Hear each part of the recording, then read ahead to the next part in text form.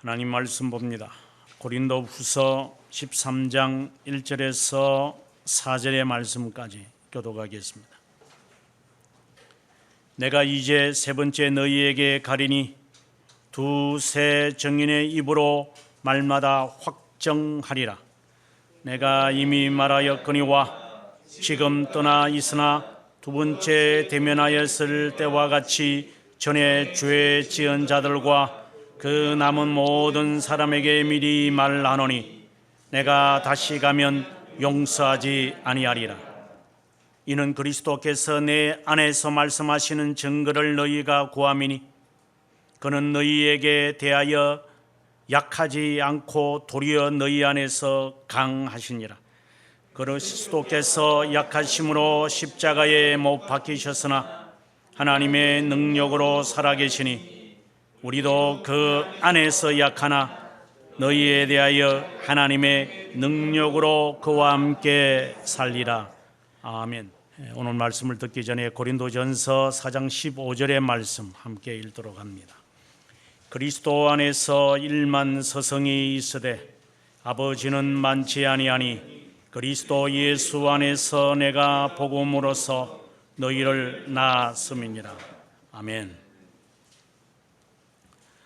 사실상 신앙생활 할 때는 별 중요한 것처럼 느끼지 않았는데 제가 부교육자 생활을 하면서 교회 이제 순서지를 정하거나 그리고 교회 행사 그 순서지를 정할 때 전혀 알지 못했던 것을 제가 발견한 적이 있었어요. 그것이 무엇이냐면 예를 든다면 임직식이 있다. 이러면은 임직식 예배, 그러면 어느 교회 장소 해가지고 어느 교회 이렇게 우리가 쓰곤 하잖아요. 사실상 어느 교회가 무엇을 의미하는가. 그래서 행정을 하시는 어느 목사님이 장소가 교회가 어디 있느냐고. 교회에서 아카데미를 어디서 합니까? 새로운 교회에서 합니까? 새로운 교회가 아니라 새로운 교회당이죠. 교회당과 교회라고 하는 개념조차도 없었던 저였습니다. 오늘의 이 말씀은 교회에 관한 이야기입니다. 요즘에 한국 교회는 교회관 자체가 힘 위에 있는 것이 아니라 왜곡시킨 사기꾼들이 있는 것 같아요. 그래서 지 마음대로 교회를 옮기고 지 마음대로 교회에 마음대로 등록을 했다가 슈틀리면 언제든지 다음 주부터 교회당에 안 오고 이런 버리장머리가 없는 개처럼 살아가는 신자들이 한국 교회의 대부분입니다. 교회라는 개념이 없어요.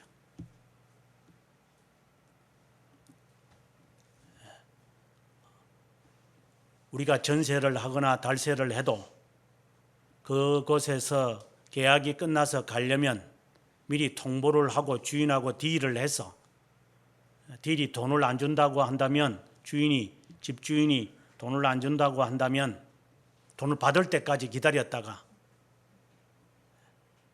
그러고 난 다음에 계약이 그 전에 나가려면 벌금을 내거나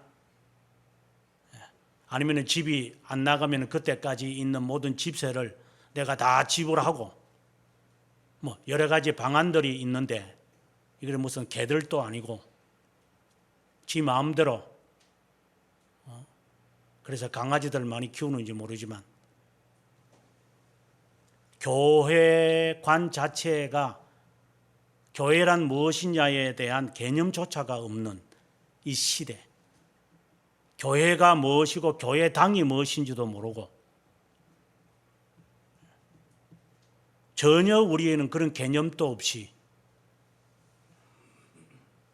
불당을 찾아가는 식의 불당을 찾아가는 사람도 그렇게 안 하죠. 내가 한번 입적을 하고 나면은 내가 어디든지 있든지 간에 그 입적한 곳에 가서, 그리고 내가 여기에 입적한 것에 대한 이름을 빼서 내가 다른 지역으로 옮기려면 거기에 가서 그 이름을 떼서 다른 불당에 가서 입적을 해야 되는 건데, 이거는 무슨 개들도 아니고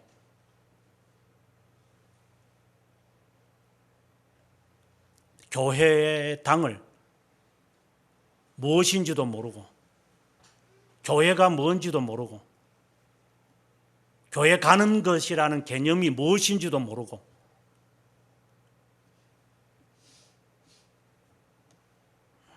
교회에 대한 우리의 자세가 어떤 자세인지도 모르고, 왜 예수님께서 교회의 머리라고 하셨는지의 개념도 모르고, 너희가 서로 지체라고 하는 그 말의 의미도 모르고,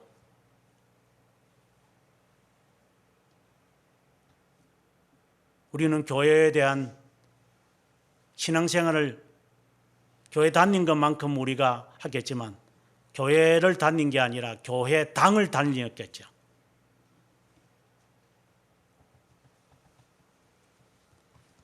우리말에도 입은 비뚤어져도 말은 바로 해라고. 우리가 다 눈 사이즈가 다 다른데, 눈 사이즈는 다 다르겠지만 보는 거는 정확하게 봐야죠. 입은 비뚤어져서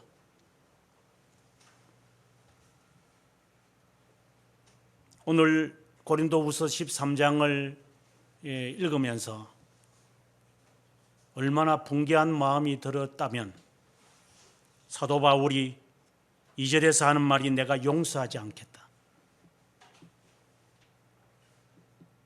이 말은 다른 말로 말하면 내가 가만히 두질 않겠다. 내가 다시 가면, 내가 세 번째 가려고 지금 하는데 내가 가만히 있지 않을 거다. 내가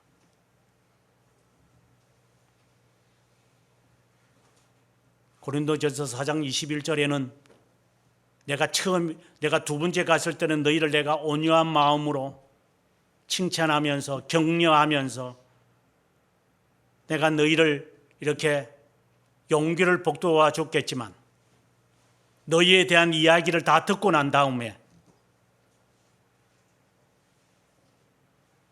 내가 너희를 향하여 내가 용서하지 않을 것이라고.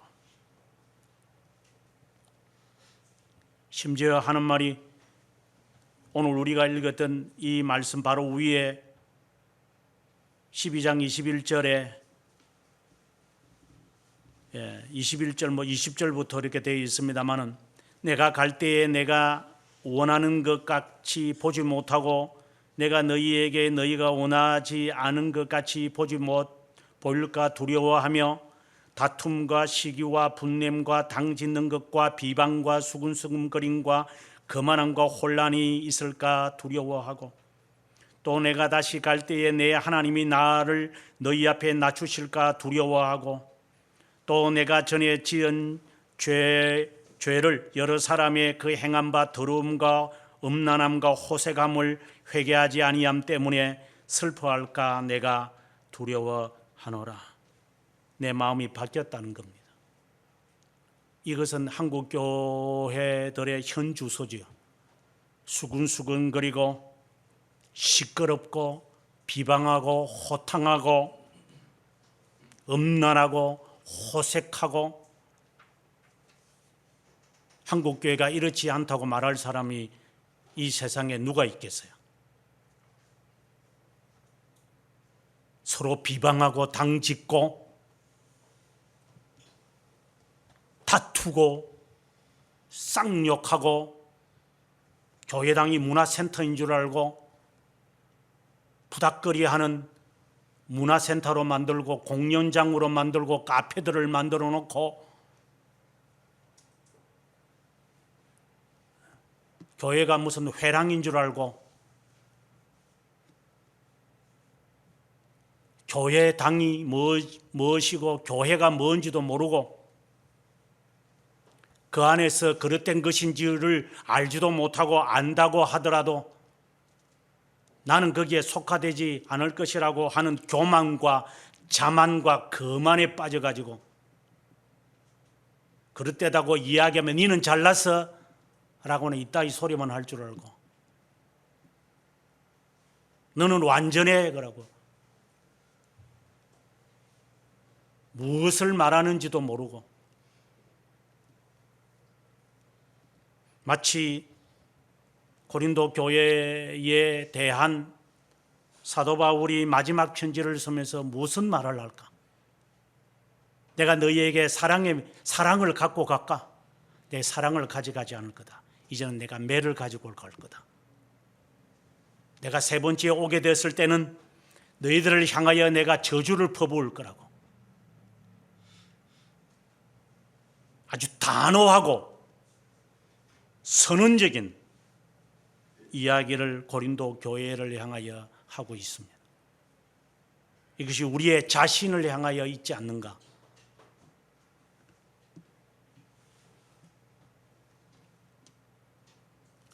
교회가 마치 인간들의 모임.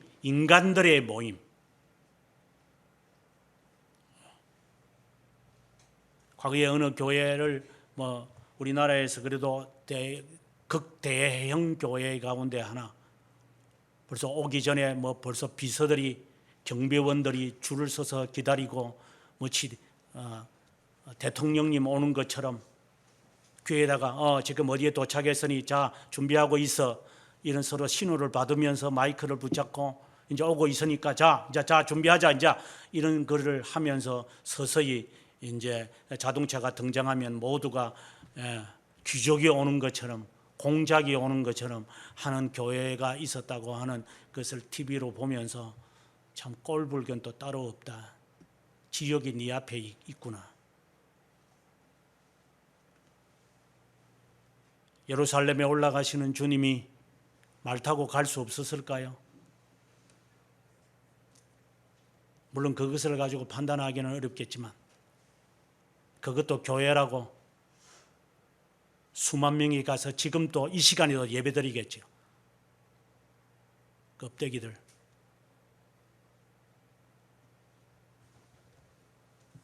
교회가 무엇을 해야 하는지도 모르고 교회가 무슨 성교의 단체인 줄 알고 음악당인 줄 알고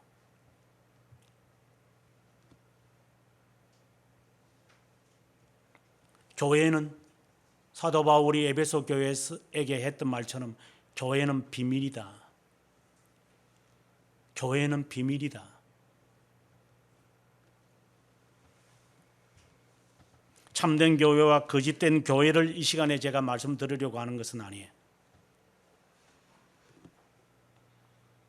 그건 다른 시간을 통하여 할 수 있는 이야기이고 오늘은 오늘의 이 말씀에 근거로 해서 도대체 교회가 할 일이 뭐고 교회가 해야 할 게 뭐냐?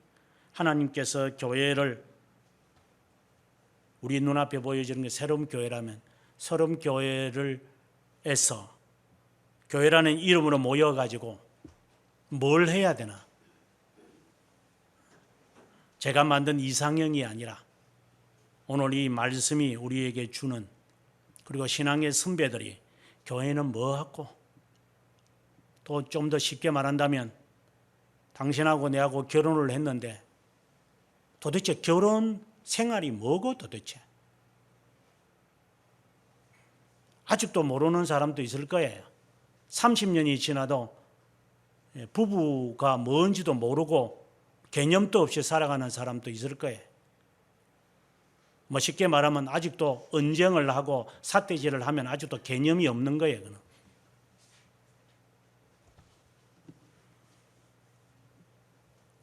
(30년을) 지나도 50년이 지나도 개념이 없는 사람들. 부부가 무슨 연애 장소인 줄 알고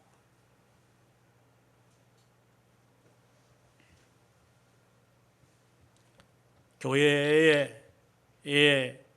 모인 성도 한 사람 한 사람이 어떤 일을 해야만 하는 것인가 라고 하는 말씀을 오늘 이것을 통하여 분명히 좀 파악이 되었으면 좋겠다 생각을 합니다. 1절부터 시작을 해서 2절까지 사도 바울은 고린도 교회에 하는 말이 한마디로 기강을 세워라 하는 말을 하는 것 같습니다. 교회는 가장 중요한 것이 두 가지 역할을 해야 합니다. 하나는 가르치는 일이고 하나는 지키게 하는 일입니다. 하나는 믿는 일이고 하나는 순종하는 일입니다.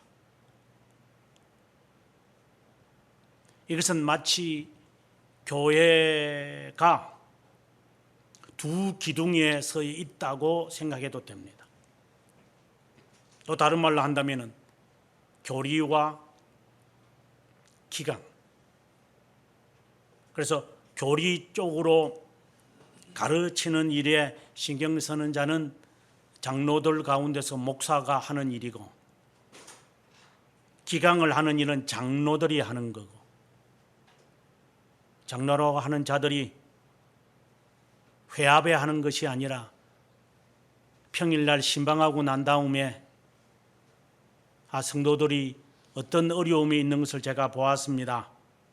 그러니 목사님, 이 일에 대하여 우리가 서로 논의해야 되겠습니다 하라고 장로 직분을 줘놨더만 이게 앉아가지고 엉뚱한 짓거리만 하고 있고, 국회의원을 뽑아 나오면은 국민들을 잘 살도록, 잘 사람들의 그 어려움들이 뭔지를 알도록 해라고 해서 국회에 와서 의논하라고 해놨더만은 이것들이 앉아가지고 특권만 누리고자 하는 이런 파렴치한 존재들이나,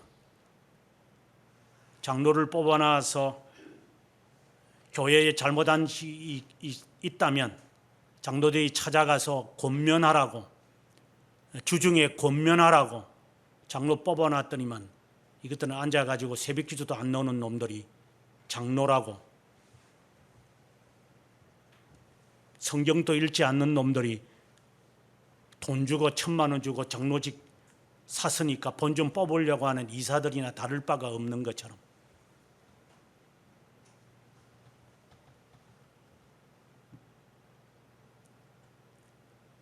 장로는 마치 기강을 행하고 목사는 교리에 해당되어지는 훈계와 교훈, 훈화, 바르게 함과 그리고 가르침, 우리가 흔히 하는 말대로 설교, 공부, 그리고 동시에 기강을 세우는 이 두 가지 일을 하라고 목사를 세워놨더니만 앉아가지고 정치판에 나와가지고 무슨 장애라는 이름은 그렇게 많은지 쓸 게 하나도 없으니까, 졸업을 제대로 한 게 없고 학위를 받은 게 없다 보니까 경력과 학력에 쓸 게 없어. 앉아가지고 돈 주고 산 이사장이라는 이름만 쫙 나열하고 있고, 껍데기들만.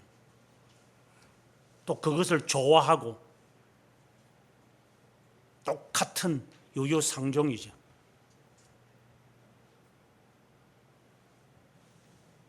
이것이 마치 교회가 하는 일인 것처럼 보인 것 같아요. 남편이나 아버지가 밖에 나가서 실컷 사업을 성공하면 뭐해요? 네 자식이나 잘 키우지. 자식이나 제대로 키우지 못하는 자가 밖에 나가서 무슨 정치를 하고 무슨 교육을 담당하고 사업을 하겠다는 거예요.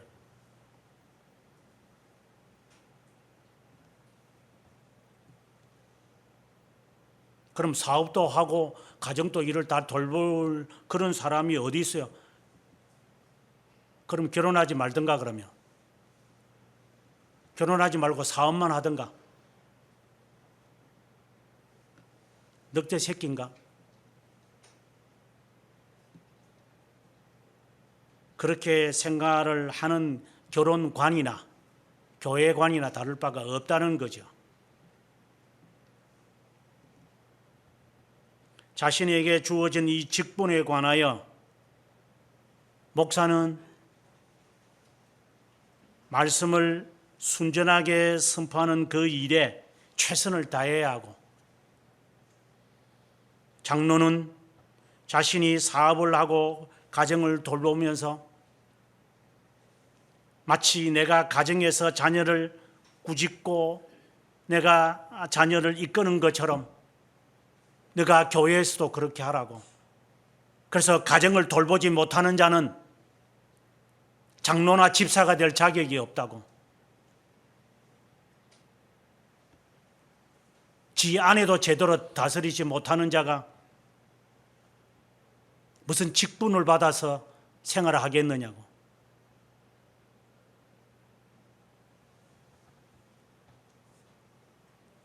집에서 대리만족을 누리는 건가요? 아내에서 사랑 못 받은 거 밖에 나와서 교회 여성들과 함께 지내니까 좋은가요? 남편에게서 사랑을 받지 못하는 거 교회 와서 그 젊은 교역자에게서 이렇게 칭찬을 받으니까 좋은가요?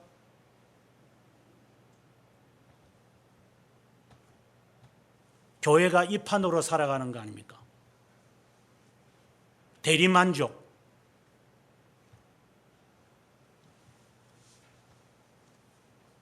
다는 아니겠죠. 다 같으면 이 나라가, 그리고 이 나라 안에 있는 교회가 다 망하겠지만, 그나마 하나님께서 세운 진실한 교회들이 있다고 저는 확신합니다. 그런데 이 13장 마지막 장에서 사도 바울은 내가 전에는 너희에게 온유와 겸손으로 나아갔지만 이제는 내가 미리 말한다. 미리 경고한다. 내가 용서하지 않을 거다.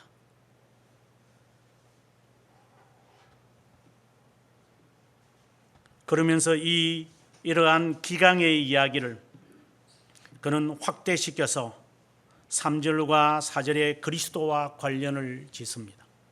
그리스도께서 약해서 십자가에 죽으셨고 하나님의 능력으로 살아났다. 이 비유를 하는 이유는 그리스도가 약해서 십자가에 못 박혔다. 우리도 그 안에서 약해서 너희에 대하여 하나님의 능력으로 살겠다. 상당히 이 말 자체가 이해하기가 좀 어려워요, 실제로. 하지만 쉬운 이야기예요. 여기서는 그리스도의 초림과 재림을 이야기하고자 하는 거예요. 마치 사도 바울이 전에는 내가 초림하신 주님처럼 사랑과 용서와 그리고 너희들의 보살핌으로 내가 했겠지만 주님이 다시 오실 때는 다르죠. 그때는 내가 복수자로 오마. 교회를 마치 주님을 만나는 그 장소로 우리가 생각을 해서 교회에 와서 은혜와 자비와 형제들의 사랑을 우리가 나누지만 좀 지나면 사람들은 이 본성이 이렇게 드러나거든요. 인간의 본성. 조금 잘해주면은 이게 동기호퇴가 돼버리는 경우가 많아요. 그래서 며느리 사랑하다 이렇게 하면은 그 며느리가 아버지 상투 자른다고. 사랑이라는 이 개념 자체를 자기식으로 오해를 해가지고 지가 아버지는 내 손아귀에 있구나. 그러니까 내 시아버지를 마음대로 조정하겠구나. 이렇게 생각을 해서 자신의 시아버지의 상투를 잘라버린다고. 이런 옛 어른의 말들이 있어요. 버리장머리가 없게.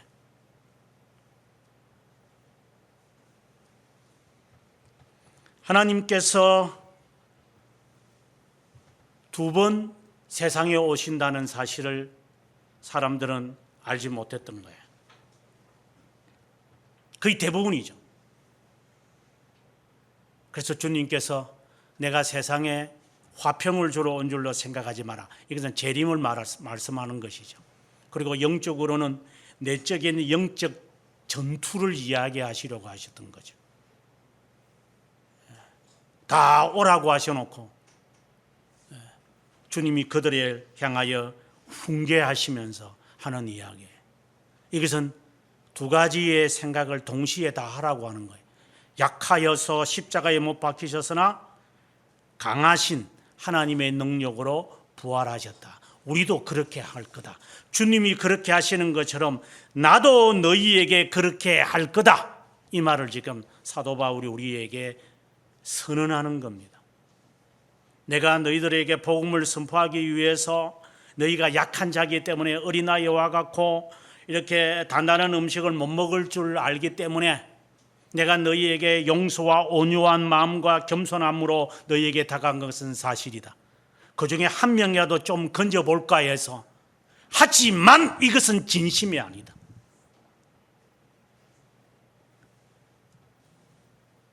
그 어떤 사람들은 하는 말이 교회는 뭐 사랑이 있어야 된다. 그래서 제가 하는 말이 네가 사랑을 아나? 버거가 뭐 여기에 맛이고 네가 버거 한번 먹어봤어? 유럽에 가서 버거를 먹어보고 미국에 가서 버거를 먹어보고 난 다음에 뭐 수제 버거가 맛있네 이 맛있네. 한국의 수박이 제일 맛있어요. 네가 로마에 가서 수박을 한번 먹어봤어? 호주에는, 아프리카에서는 그것은 말장난을 하는 것 같아요. 우리나라 쌀이 제일 맛있어요 이렇게 말하는. 우리나라 쌀 다 캘리포니아에서 80% 수입해서 처음에 왔어요. 한국 쌀이하고 캘리포니아산 쌀들이었어요.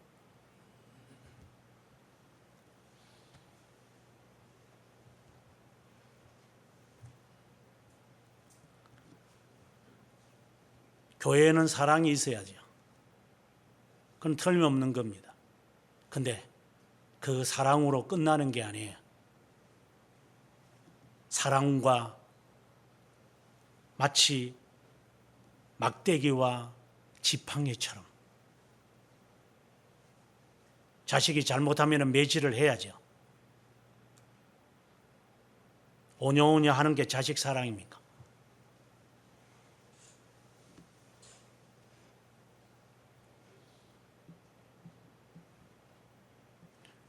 다른 사람은 잘 꾸짖는데 또 자기 자식은 다 또 잘 못 꾸짖어요. 그러니까 지 자식이 제일 잘났다는 거죠. 그걸 보고 우리는 칠푼이라 그래요.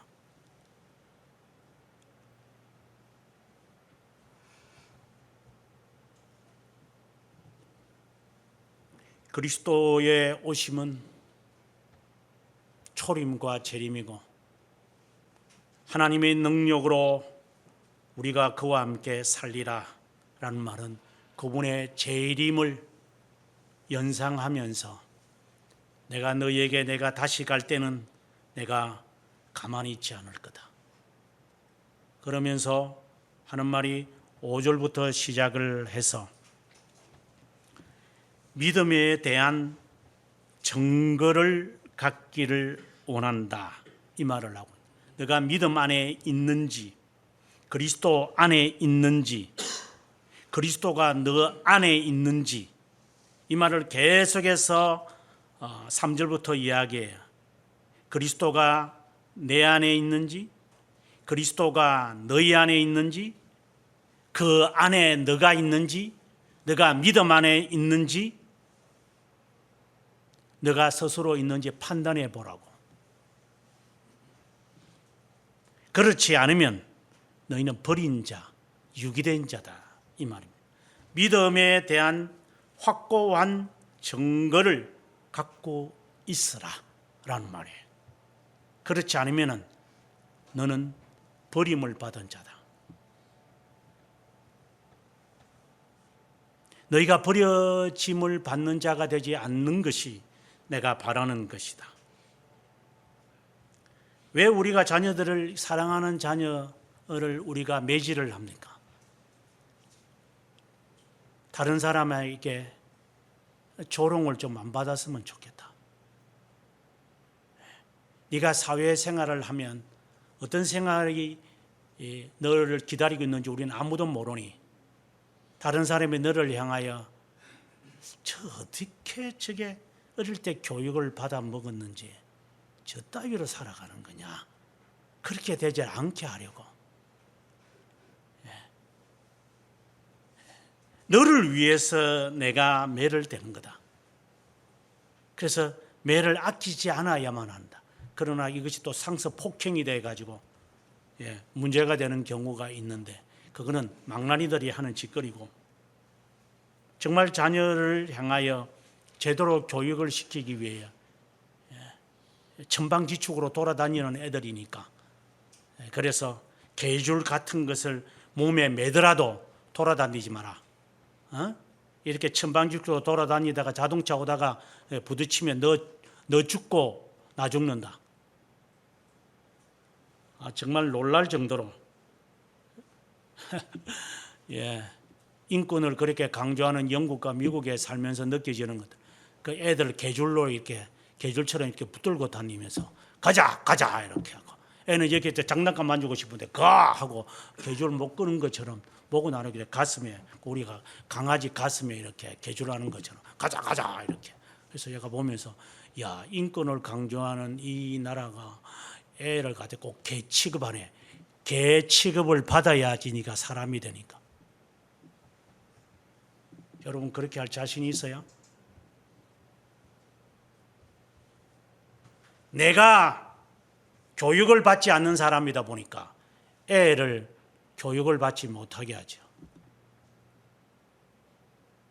네가 그렇게 세상을 사니까 자식도 그렇게 될 거니까. 그럴 용기가 안 생기죠.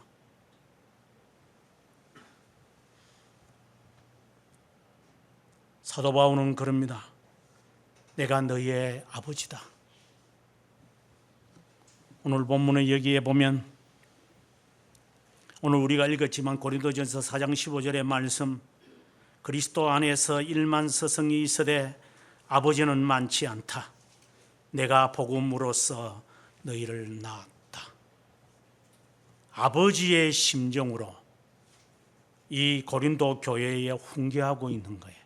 너희가 하나님께 유기되지 않으면 좋겠다. 한편으로는 또 다른 말로는 중매자라고 이야기해요. 하나님께 너희를 내가 중매자로 소개하려고 한다. 여러 가지의 역할을 이야기하지만 그가 바라는 것이 있다면, 내가 너희를 꾸짖을지라도 하나님께는 버림을 받지 말아야 하니까.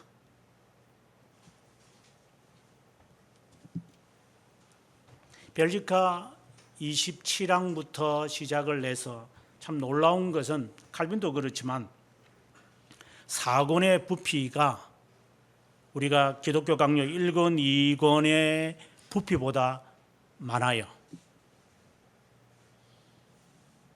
어느 목사님이 하는 말이,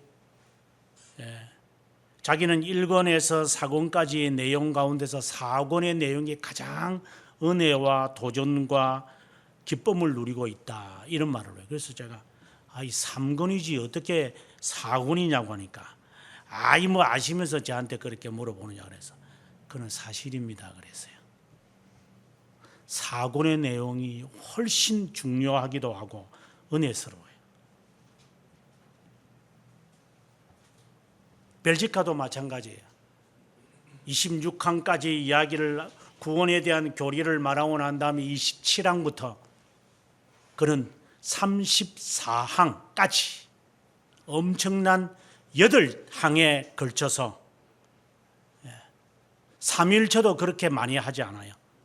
성경에 관한 것도 2항에서 7항까지 이야기하는데, 교회에 관한 이야기를 8항에 걸쳐서 설명을 해요. 그러면서 우리들에게 하는 이야기예요. 교회란 세 가지의, 지금 제가 말하는 것은 참된 교회를 말하는 게 아니라, 교회가 하는 일이란 크게 세 가지를 해야 되는데, 첫 번째는 교리와 기강을 세워야 됩니다 하고 28항에서 말하고 있어요. 교리와 기강이 첫 번째 교회가 해야 할 일입니다. 그리고 나중에 29항에 가서 거짓 교회를 이야기할 때 첫 번째 거짓 교회가 뭐냐? 교리와 기강을 무시할 겁니다. 이렇게 말을 해요. 참된 교회에 대한 세 가지 이유를 말하고 난 다음에 거짓 교회를 그가 설명을 하면서, 아니 뭐 그가 아니라 규도드 브레가 하는 말이죠. 그리고 개혁 교회가 선호하는 것이죠. 교리와 기강을 무시할 겁니다. 그럼 한국 교회를 보십시오. 교리와 기강이 있는 교회가 한국 교회의 몇 퍼센트 된다고 보십니까? 다른 데 신앙생활 하다가 이 교회를 오신 분들이죠.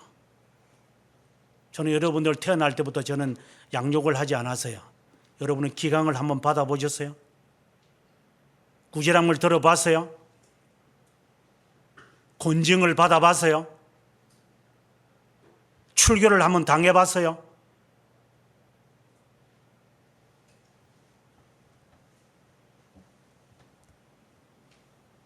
그리고 교리는 여기 와서 듣는 거 아니에요? 그럼 지금까지 거짓교회 다녔네요?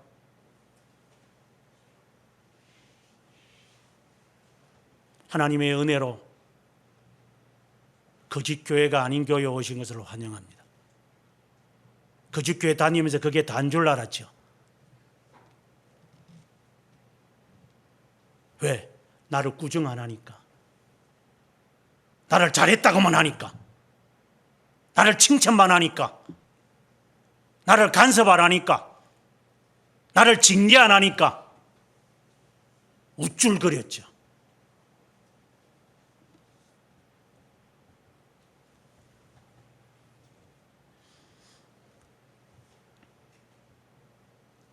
앞서 제가 처음에 이야기할 때 교회는 가르침과 기강을 세우는 겁니다.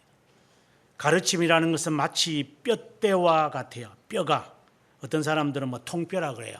뭐 저도 뭐 그 중에 한 사람이지만 뭐 통뼈가 있고 뭐 통뼈가 있고 안에 뭐 텅 비었는가? 뼈가 굵다라는 거죠.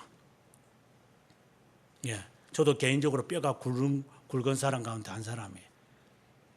그런데 뼈만 굵으면 뭐해요? 근육이 없는데. 기강은 근육이에요. 근육이 뒷받침하지 않으면 뼈가 아무리 강해도 아무 소용이 없어요. 멋을 내기 위해서 근육을 갖추라는 게 아니라 뼈를 든든하게 하기 위해서 이 몸이 건강하게 되기 위해서 근육이 필요하다는 것이죠.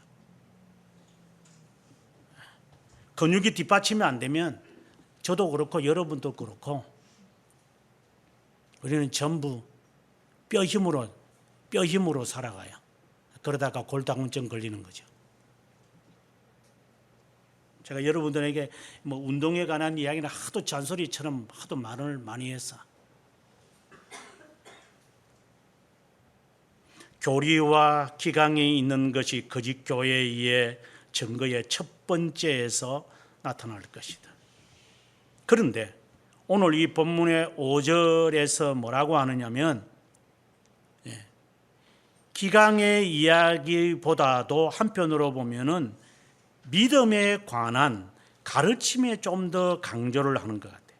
그러니까 시험해봐라, 확정해봐라, 스스로 알지 못하느냐 이렇게 이야기하는 거 보면은 믿음의 교훈에 관한 이야기와 함께 기강을 같이 증거를 나타내려면 예를 들어 100m 뭐 초등학생이 최근에 우리나라 그 달리기 그 대회를 냈는데 시에서 다 나와서 어린 초등학생이 100m에 12초 끊는 걸 봤어요.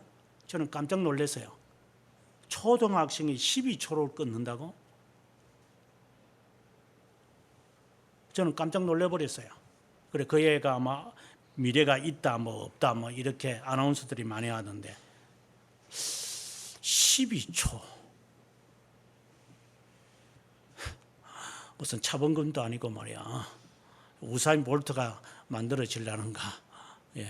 그래서 그 애의 동영상을 제가 보면서 같이 뛰는 애들하고는 전혀 차원 자체가 다르더구만요. 여러분은 100m에 몇 초 끊어요? 2년 전에 우리 교회에서 한번 달리기 한번 한 적이 있어요. 100m. 네.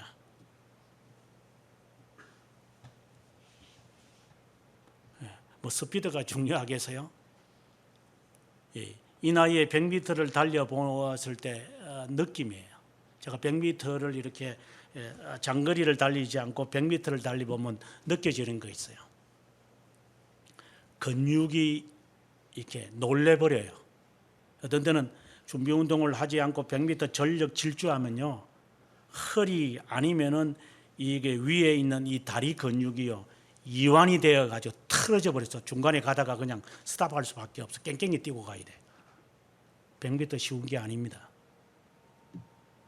한번 해보십시오. 할 수 있는가? 많은 운동을 하지 않고는 100m 운동 전력 질주를 못합니다. 허리가 아파서도 못하고요.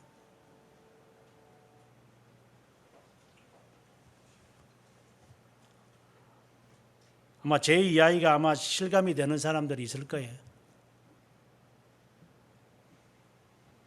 근육이 뒷받침이 안 되면 빨리 달려야 할 때, 오래 달려야 할 때, 지탱하려고 할 때 못해서 나중에 질병이 걸리고 마는 거죠. 기강은 그만큼 근육과 같은 거예요. 그래서 지금 하는 말이 사도 바울이 네가 믿음 안에 있는가? 너의 자신을 한번 스스로 시험해 봐라. 그래서 제가 여러분들의 100m 뛰보라고 한 거예요. 한번 해봐라고. 저는 점검을 위해서 해보라고. 저는 그럼 뭐 해서 그럼 지금까지? 그 정도의 점검도 못할 정도로 게을렀나? 믿음의 시련을 한번 당해봐라 이 말입니다. 그렇지 않으면 너는 버림을 받을 거기 때문에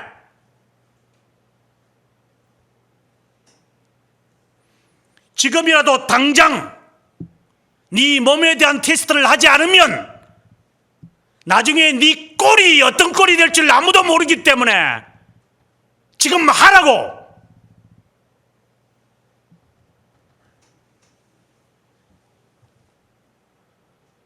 믿음에 대해서 점검하라고.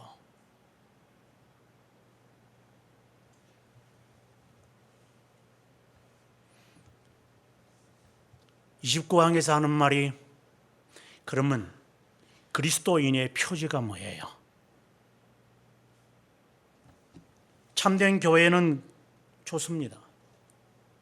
네, 이렇게 세 가지. 거짓 교회. 참된 교회의 상대적인 이야기가 교회인 것 같아요. 아니요. 거짓된 교회인 것 같아요. 그렇지 않아요. 거짓된 교회의 모습은 참된 교회의 상대적인 이야기도 있겠지만, 없지는 않겠지만, 참된 신자의 그릇된 모습이 거짓된 교회의 모습이에요. 이거는 우리에게 주는 시사가 상당히 큰 거예요. 그러면 내가 믿음에 있다라고 하는 것을 어떻게 시험해요? 첫 번째로 내가 그리스도인이다. 다른 말로 너가 믿음에 있는가 같은 말이에요. 왜? 그리스도인의 표지는 믿음이기 때문에. 너가 믿음 안에 거하고 있느냐? 믿음 안에서 살아가고 있느냐? 믿음으로 말미암아 살아가고 있느냐? 그 말인 거죠 지금요. 그러면 첫 번째로 너가 하나님의 자비함에 대하여 너가 신뢰하고 있느냐를 점검하는 거예요. 이거는 영원성을 말해요. 너 믿음이 영원함에 두고 있느냐? 아니면 현실적이냐? 현실에만 빠져 있느냐? 이게 현실에만 치중해서 살고자 하느냐? 이것은 마치 이제 다른 것과 비교하면 이런 거예요. 하루하루 살아가는 것도 힘듭니다. 목사님 하루하루 살아가는 게 힘듭니다. 아침에 출근 저녁에.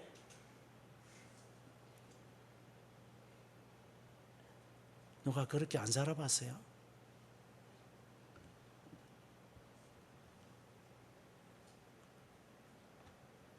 하루하루 살아가는 게 힘든 것만 쳐다봅니까? 인간이 그거로 끝나는 겁니까? 너의 믿음이 현실 성행만 바라보는 게 아니라 하나님의 자비함, 영원성에 네가 관심을, 소망을 가지느냐가 첫 번째예요. 그다음에 두 번째, 너의 믿음이 중보자를 향하여 있느냐를 바라봐라.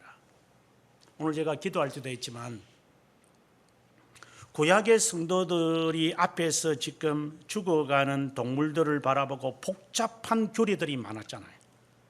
하라, 하지 마라. 옷도 이런 옷 입지 마라. 오늘 이런 옷을 입어라. 이런 것을 먹지 마라. 이것은 아니 사막에서 생활하는데 아무거나 먹으면 되지 그냥. 그런데 돼지고기는 먹으면 안 된대요 또. 물고기를 구경도 못 하겠는데 나중에 물고기를 너희가 직면하게 될 때는 비늘 없는 것은 먹지 마. 진짜 까다롭게 레위기에서 하나하나 그리고 피부에 무슨 부스럼이 생기면은 일주일을 기다렸다가 제사장에게 가고 제사장이 그것을 보고 판단하게끔 만들고 얼마나 잔잔한 규례들이 많아요. 왜 그래요? 그들은 그렇게 복잡하게 얽혀 있고 행해야 할 것이 산적에 있지만 그들의 중심은 놓치지 않고 살아가요. 누구를 향하여?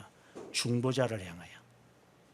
내가 왜 이렇게 아침부터 저녁까지 피곤하게 정신없이 살아가는데 나에게는 소망이 있는데 그것에 대한 분명한 가치관이 설정이 안 돼 있고 공부하는 이유도 내가 먹는 이유도 살아가는 이유가 도대체 너 왜 사냐? 이거 제가요 이거 돈을 안 벌면요 집세도 못 내고요. 네, 그 말도 사실이에요. 그것을 핑계 삼아서 네가 하나님께 범죄한 것은 없나? 그것이 이유가 되나? 추워라도 거기에는 순전함밖에 없나? 너의 믿음이 중보자를 향해 있나? 이거 복잡해서 못 살겠어요. 왜 복잡하게 만들었을까요? 하나님께서 이스라엘 사람들한테 우리가 자녀들에게 이거 하라 하지 마라 규례를 여러 가지 말해요. 왜 해요? 그것을 이 아이가 헤쳐나오는 걸 볼 때 요놈은 되겠다. 차분하게 앉아서 어려운 퍼즐을 풀어가는 거 보니까 요놈은 할 놈이구나. 1000개짜리 퍼즐 갖다 놓고 확 뒤집어 버리니까 에이 안 하니 그러니까 이거 뭐 돈이 생겨 맞죠. 네 미래가 그렇겠구나. 이 큰일 났다 이거.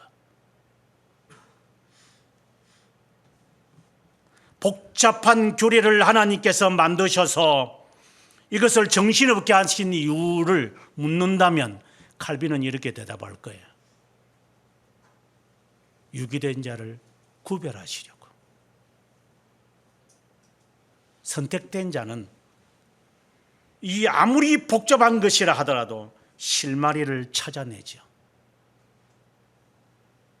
아무리 힘든 것이라도 안다 나는. 그래서 이것을 한다.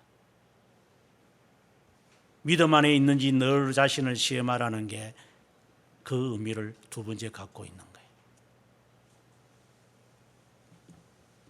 세 번째는 우리의 믿음에 대한 증거를 찾기 위해서 믿음에 대한 순종이 우리에게 있는지 한번 찾아봐야 돼요. 믿음에 대한 순종이라고 하는 거 오늘 본문의 4절에 보게 되어지면 약하심으로 십자가에 못 박혔고 권능으로 살아나셨다. 그래서 우리도 그렇게 한다. 이 말을 지금 이야기를 하는 거예요. 그리스도가 약하실 이유가 뭐 있어요? 하나님이신데. 하지만 약하신 이유는 하나님의 의를 이루시기 위한 것이라면 우리도 그렇게 하는 거죠. 우리가 할 말을 못하고 우리가 못해서 안 해서가 아니죠. 할 수가 없으니까, 하면 안 되니까. 할 수 있죠. 그러나 하면 안 돼. 왜? 그리스도가 약하심으로 십자가에 못 박히신 것을 본받아야지. 우리의 이 젊음을 다 총동원 해서 즐길 수 있죠. 하지만 안 돼. 하면 안 돼. 그렇게 하는 게 아니야. 그렇게 할 수 있다면 당신은 믿음에 서 있는 사람이에요.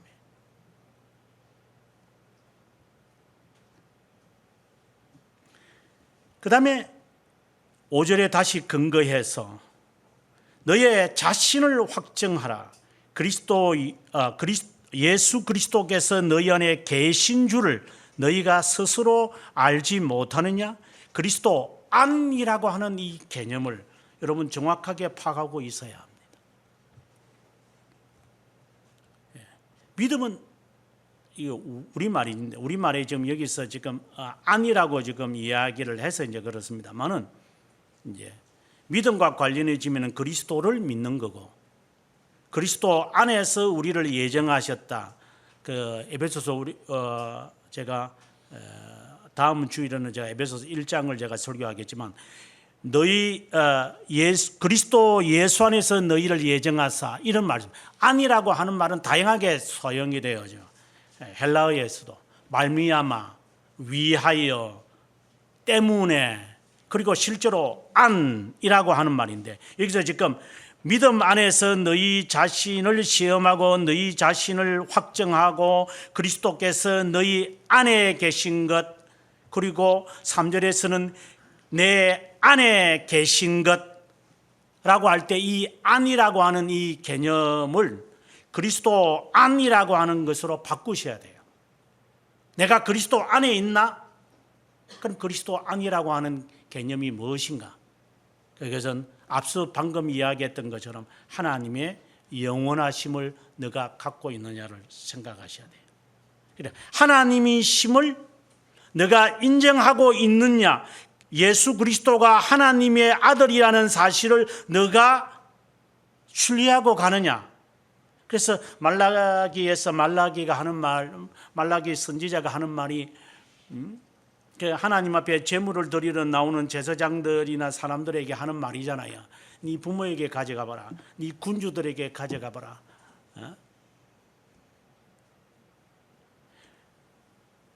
그리스도를 믿는 믿음이라고 하는 것은 그리스도를 그리스도 되게 하고 있느냐라고 하는 거예요.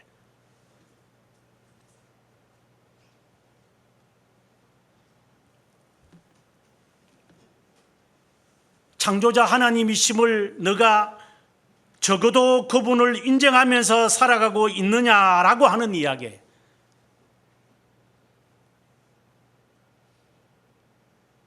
그분이 죽음과 삶을 좌우하시는 분임을 알고 있느냐? 홍해를 가르게 하시는 분임을 너가 믿고 있느냐? 그리스도이심을 믿느냐? 이걸 확증하라는 거예요. 그것이 그리스도 안에 있느냐를 알고 있느냐를 점검하라고 하는 거예요. 근데 이제 여기서 이제 과도하게 나가면 나는 그리스도의 이름으로 무엇이든지 한다. 뭐 이렇게 이야기하면서 이제 지가 하고 싶고 지가 듣기 싫은 것을 안 하는 그런 핑계 삼아 될 수 있으니까 그래서 스스로 알지 못하느냐 양심을 호소하고 있는 거죠. 뭐 그런 사람들이 워낙 많으니까 그리스도에 관한 이야기를 하면서 뭐 자기 나름대로 믿음으로 행한다고 하니까 처음부터 제가 아주 강하게 이야기했지만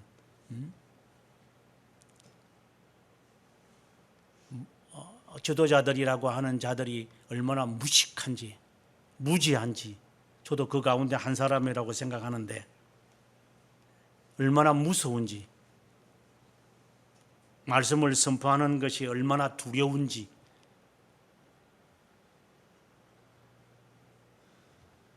그런 자세를 가지고 약함을 가지고 하나님 앞에 과연 서고 있는지 설 수 있는지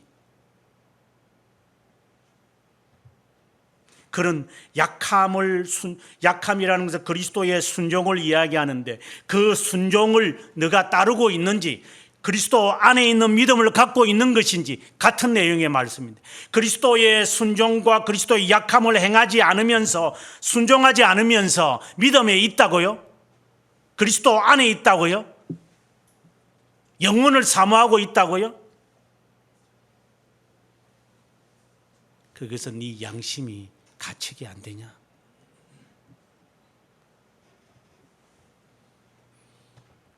과연 감나무 아래서 입 벌리고 있으면 주님이 도와주신다는 것이 그게 양심이 가책이 안 되냐?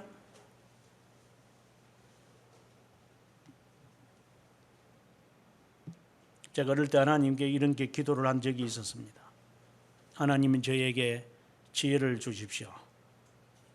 공부를 잘할 수 있는 지혜를 달라고 하나님께 기도한 적이 있었어요. 그래서 그거 가지고 작정 기도를 40일 철야 기도를 한 적이 있어요. 그래서 저는 어떤 기도를 했냐면 하나님께서 저에게 빛을 쫙 비춰가지고 이제 머리를 이렇게 외워지고 쉽게 말해서 영어도 한번 딱 외우면 딱 머리에 들어가 있고 그런 신비한 능력을 받으려고 하나님 앞에 떼쓰기 시작했어요. 그래서 40일 철야는 그건 말이 철야고 실제로는 잠으로 점철했죠. 그게 말이 되겠습니까? 밤 11시에 가가지고 아침 8시까지 기도하는 게 그게. 그 젊은 애가 22살 나고 21살 나고 24살 난 그 젊은 이들이 가가지고 그 혼자서 온갖 경험은 많이 해봤죠. 문이 덜컹덜컹 하질 않나 비극비극 하질 않나 바람소리 들리지를 않나 별의별 소리를 다 들어가면서 그래서 창문 다 열고 창문 다 닫고 문 닫고 문 잠궜는지 다시 한번 점검해 보기도 해봤어요. 온갖 일은 다 해봤어요. 그래서 어떤 때는 불 다 켜고 기도하기도 하고 그러나 마음의 한 구석에 그래도 내가 하나님께 지혜를 받으려면 이 정도는 해야 되겠다 생각을 하고 정말 하나님 앞에 정말 발이 저리 가지고 한 몇 시간 동안 이렇게 앉아 있거나 무릎 꿇고 있으면은 이게 다리가 저리 가서 못 일어납니다. 그래도 하나님 제 다리가 병신이도 좋으니까 말이 병신이 진짜 병신 만들면 큰일 날 뻔했는데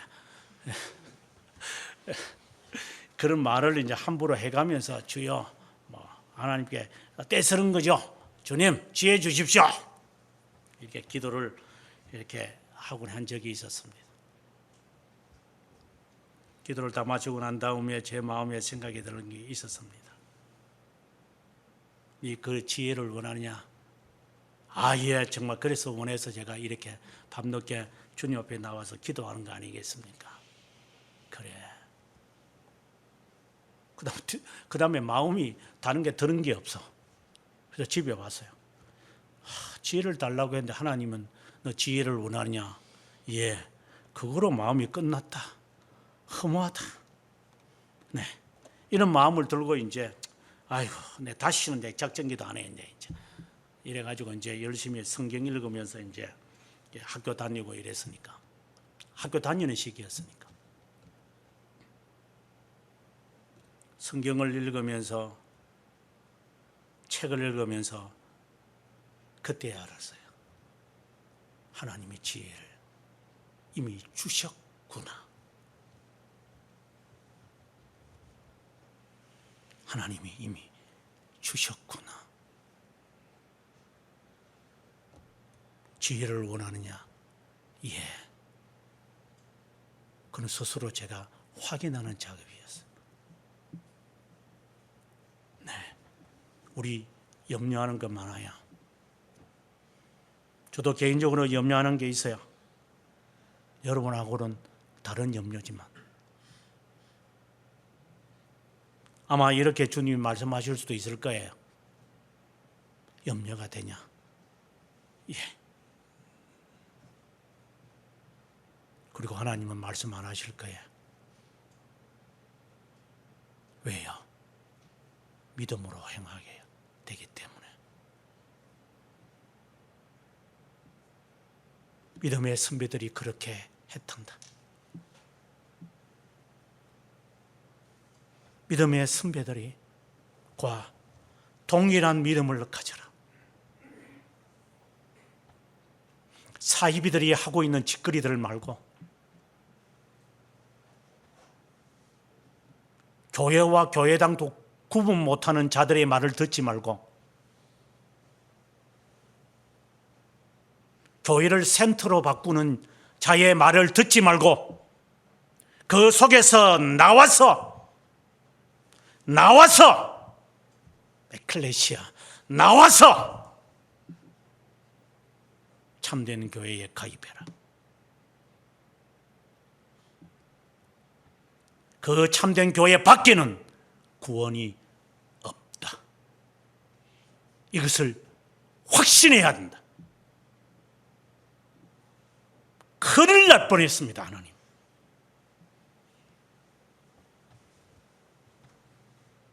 내가 간이 밖에 나왔지. 교회와 교회당도 헷갈리는 자들 밑에서 뭘 했다는 것인가? 하나님의 은혜 아니었더라면 큰일을 당할 뻔했네. 버스 타고 가다가도 일을 당할 수도 있네. 너를 하나님이 살리신 이유가 뭔지를 아느냐? 큰일 당하지 않게 하려고, 믿음에 있는지 확인하게 하려고. 네 사실을 멀쩡하게 찢어 놓을 수도 있어요.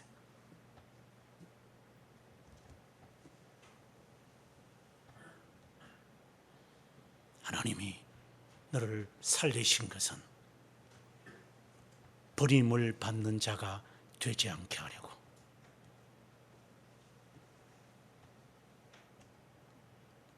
한편으로 교회를 맡은 목사로서 어떤 때는 이렇게 기도한 적도 있어요. 기도한 적이 아니고 기도하곤 해요. 감당할 수 있는 자를 보내십시오. 제가 감당하지 못하면 제가 제해버리겠습니다.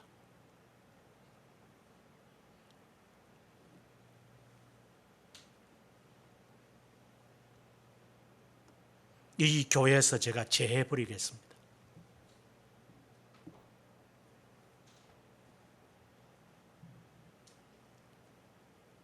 제해버렸을 때 이 교회가 참된 교회가 아니라면 그 사람은 구원을 받았겠죠. 이 교회가 참된 교회라면 그들이 벌음을 받겠죠. 그런 자신이 있는가?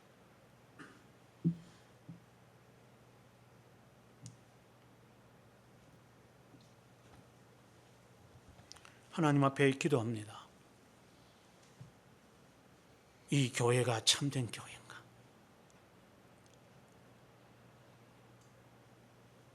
여러분들은 참된 신자인가? 나는 참된 목자인가? 그러면 나는 순전하게 말씀을 가르치고 있는가? 당신들은 순전하게 듣고 있는가? 그리고 나는 기강을 행하고 있는가? 출교도 시킬 수 있을까?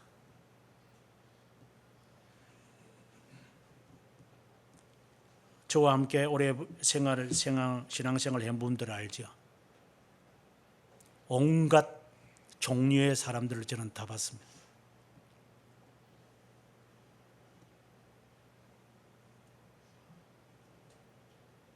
절대 고치지 않는 사람, 지가 가장 옳은 사람, 그리고 휘둘리는 사람,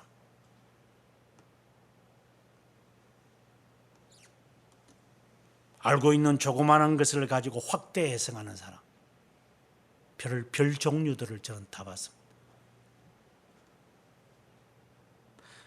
아마 그 사람들을 교회당에 다 모으면 아마 벌써 성전 건축이 끝났을 것이라고 생각을 합니다. 아마 한 200명 정도 될 것 같아요.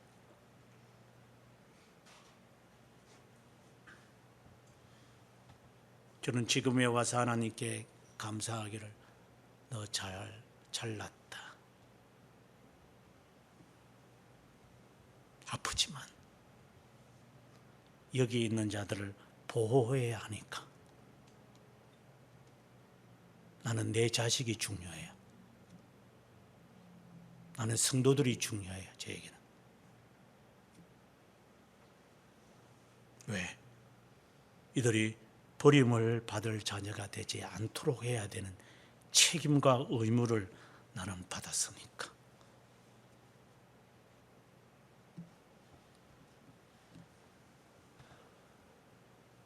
새로운 교회가 그런 교회가 되기를 바라는 마음입니다. 교회를 다른 모습으로 바꾸지 말고 그리스도를 중보자로 확신하고 믿음과 기강을 세우고 그리스도의 멍에를, 그리스도가 약하면 나도 약하겠다라고 하는 그리스도의 멍에를 짊어지는 사람들, 그리고 서로에게 훈회하고 훈계할 수 있는 교회, 이것이 참된 교회들의 모습이고, 그렇게 하라고 하나님이 지상에 교회를 세웠기에 이 교회를 다른 센터로 만들고 싶지를 않습니다. 여러분들은 이 안에 하나의 지체로서 그런 자로 성장해 가기를 바랍니다.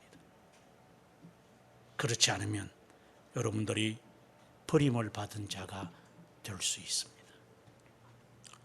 하나님, 인간적으로 볼 때 형편없는 우리 각자를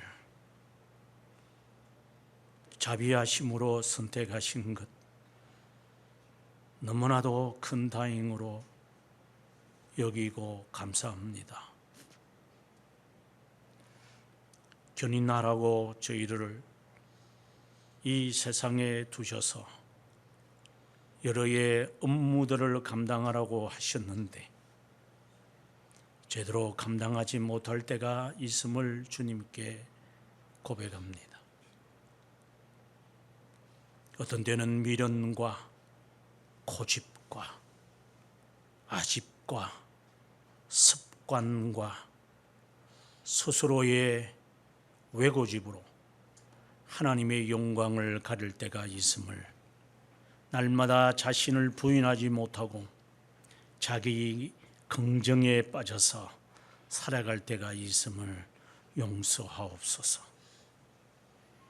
우리의 믿음을 스스로 확정하고 믿음 안에서 행하고 있는 것인지, 내가 그리스도 안에 살아가고 있는 것인지 매일 날마다 점검하게 하셔서 우리의 자신이 하나님의 자녀임을 두렵고 떨림으로 주님 부르실 때까지 감당할 수 있는 우리 각자가 되기를 바라고, 우리의 구세주시며 우리를 위하여 중보의 기도를 하시는 우리 주 예수 그리스도의 이름으로 기도합니다. 아멘.